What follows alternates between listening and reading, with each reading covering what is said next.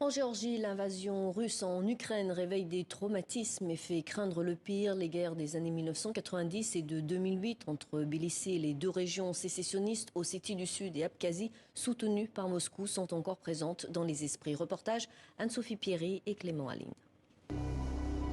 Tsyryngvali, capitale de la région sécessionniste de l'Ossétie du Sud, non reconnue par la Géorgie. À 1 kilomètre de là, dans le village d'Erneti, au bord de la ligne de démarcation, le souvenir de la guerre est encore vif et les maisons en portent toujours les stigmates. Depuis 5 ans, Lia s'est investie d'une mission, transformer sa cave en musée mémorial. Ça, c'était ma maison avant la restauration. La porte d'entrée du musée, c'est celle-là. Il y a encore des traces des bombardements, vous voyez. Des traces de cette guerre qui éclate dans la nuit du 7 au 8 août 2008. À Erneti, 12 personnes sont tuées et la quasi-totalité des maisons brûlées. Les soldats russes ont mis le feu à la maison de mon voisin, Gigo Papa, qui avait 80 ans. Il était dedans et il a brûlé vif. Pour Lia, ce musée fait partie d'un devoir de mémoire autour d'une guerre qui trouve aujourd'hui un écho dans l'invasion russe en Ukraine. J'ai eu l'idée de mettre cette image aux couleurs de l'Ukraine quand j'ai senti que la situation se tendait. J'ai eu une intuition, parce que la guerre a commencé là-bas, exactement comme elle a commencé ici.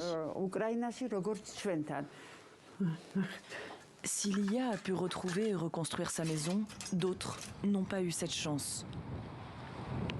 Dali et sa famille vivaient à 10 km au nord d'Erneti.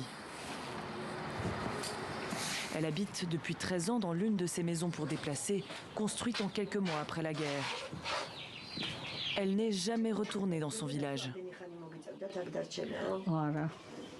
Je ne pensais pas rester aussi longtemps ici. Depuis le 24 février dernier, Dali regarde quotidiennement les informations en boucle sur la guerre en Ukraine. Quand on regarde ces images, on a mal au cœur. On a vécu exactement la même chose. La situation en Ukraine réveille une douleur ancienne. Une douleur, une crainte aussi. Si les Russes obtiennent une victoire en Ukraine, ils reviendront ici. À vrai dire, on a peur. Nous avons peur. Le village de Dali n'existe plus aujourd'hui. Comme 16 autres qui, avant 2008, étaient peuplés majoritairement de personnes ethniquement géorgiennes. Des villages aujourd'hui rayés de la carte.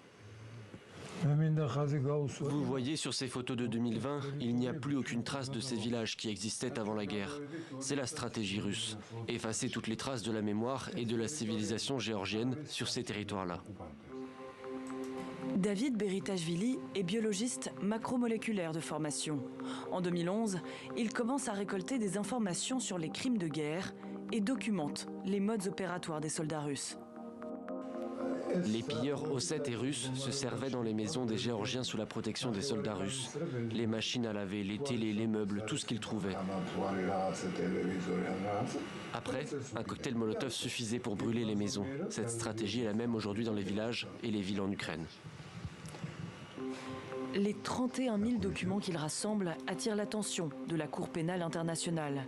Le 10 mars dernier, l'institution émet un mandat d'arrêt contre 3 personnes, mais les vrais coupables, selon David, ne seront jamais jugés. Ces gens-là sont des petits joueurs. Ils n'ont fait qu'appliquer les ordres des généraux, de Medvedev ou de Poutine.